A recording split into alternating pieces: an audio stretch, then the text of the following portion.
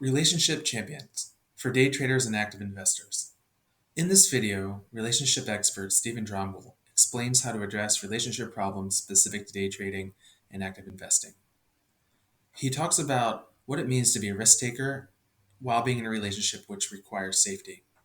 Talks about money and power struggles, how the problems of stress and trading affect sex, how losses can affect your relationship, and healing from financial infidelity. My name is Dan Gummo. I'm the administrator for Relationship Champions. I'm also an active day trader. I'm just getting into a new relationship with a lovely lady, and I care about her quite a lot, and I want to make sure I do the best for her. Luckily for me, I have a good friend, Steven Dromgool, who's an international couples therapy trainer based out of Auckland, New Zealand, a cultural hub, and he's worked with CEOs and executive and financial gurus and all sorts of folks. So I'm going to ask him a few questions, and luckily for us, he agreed to answer them. So the first question is that day traders tend to be more risk takers, and I also know that relationships really require safety and a sense of security. So how do I balance that in a relationship?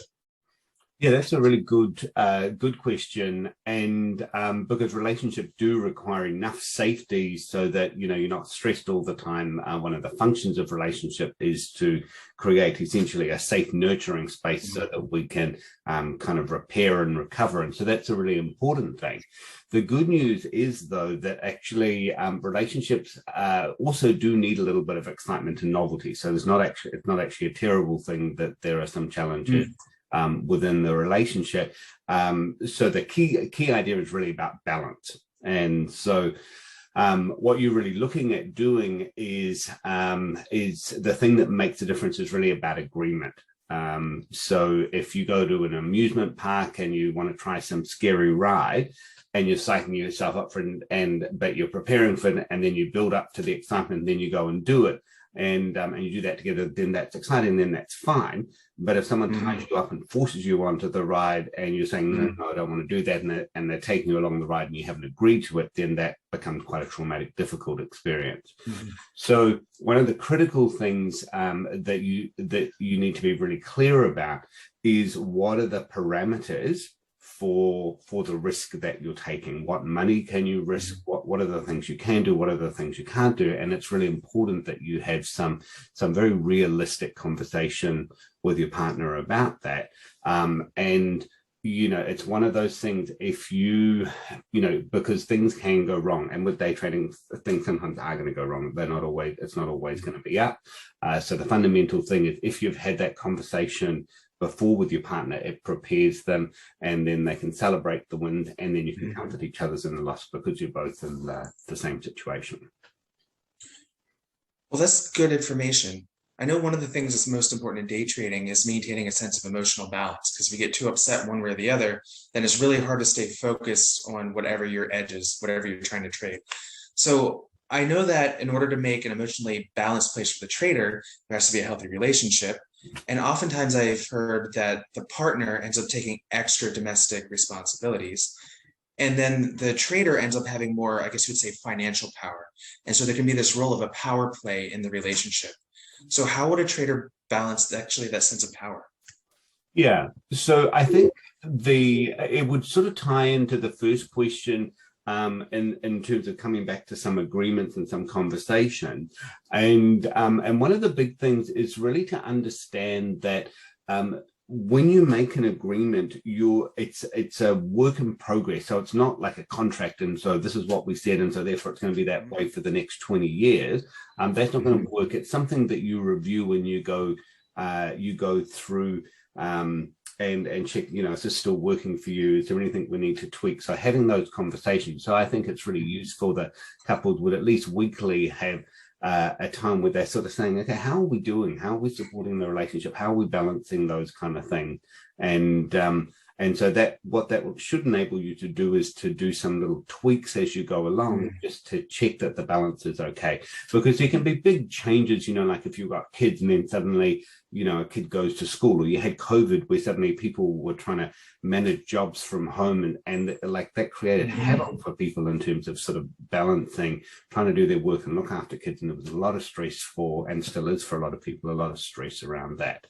The other thing that's really great about that is if you have those conversations, there are often jobs or chores that can be done that are high value to your partner.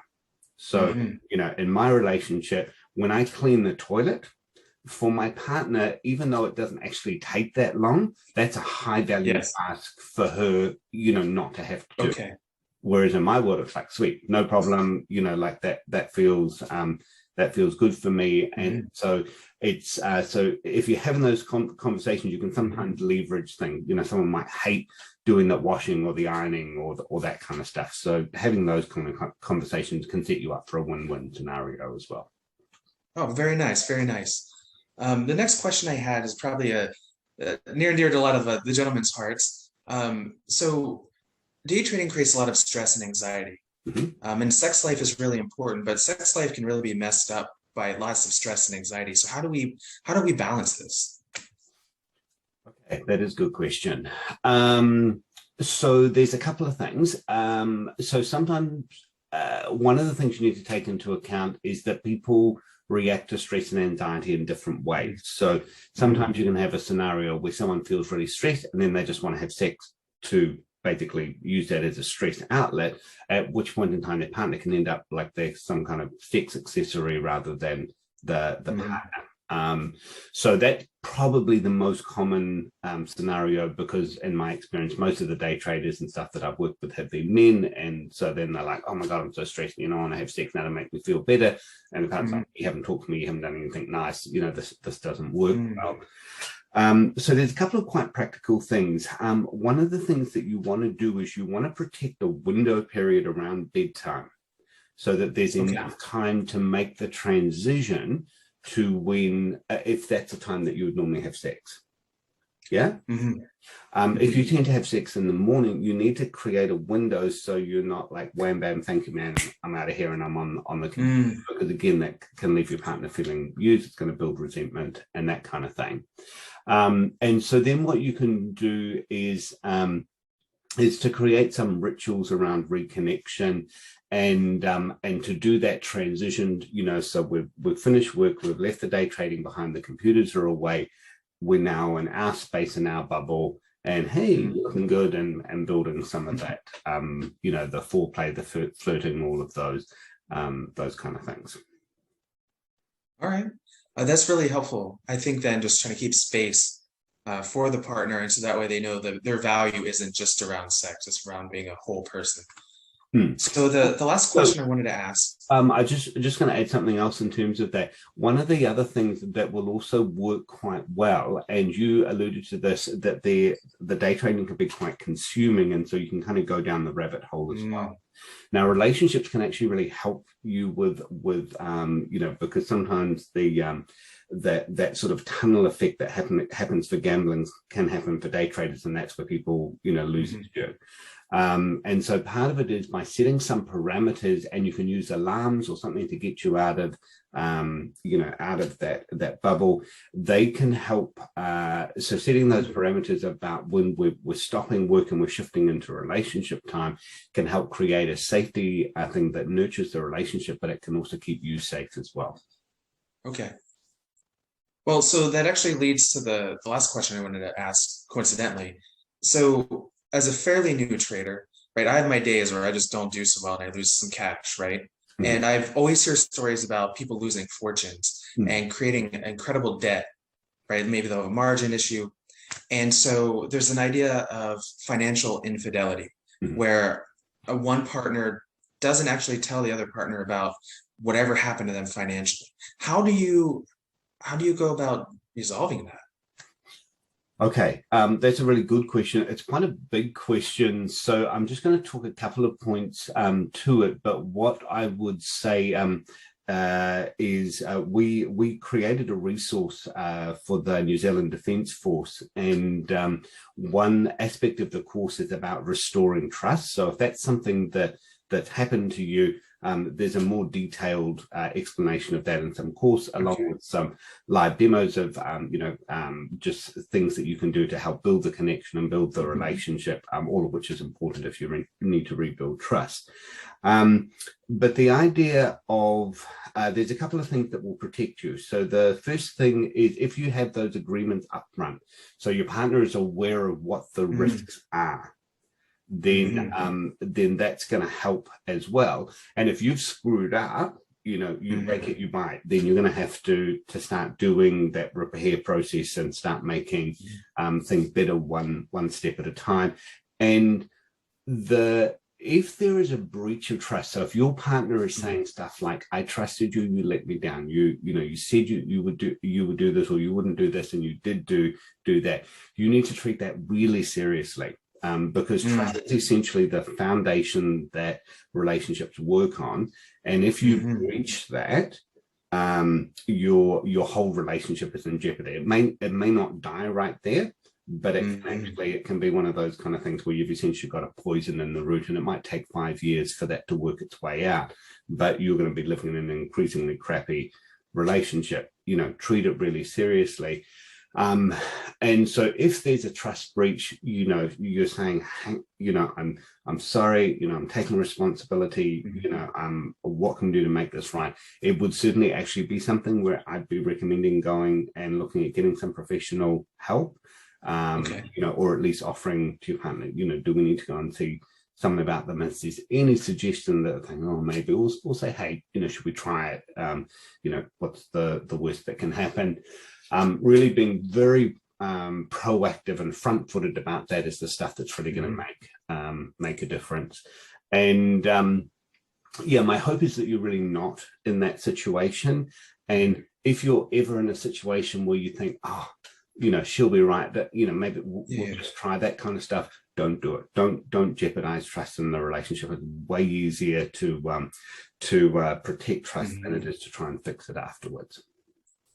Okay, so it's almost like when they say if you have a bad trade, you don't double dip it. You don't try to go in deeper. You just go ahead and acknowledge that you made a mistake and you start to repair it right away. So a financial infidelity is just like a sexual infidelity. Absolutely. Yeah. Anything, because trust is basically this idea that you will make my interest as important as your interest. And that's a critical thing, because when we're in a relationship with someone, we're making ourselves vulnerable to them. So we need to know that you're a safe person and you're going to take care of me. And so, given that you're here, this is obviously something that you care about. And the big thing that I have, especially for guys, is we don't get taught how to do relationships. And so when the Defence Force approached me with this with this proposal, say, how do we support these guys, mostly guys, they're under stress, they're away from home, they're dealing with lots of difficulty, lots of uncertainty, there's some parallels with the life of the day trader, sometimes that feeling about being out there on their own.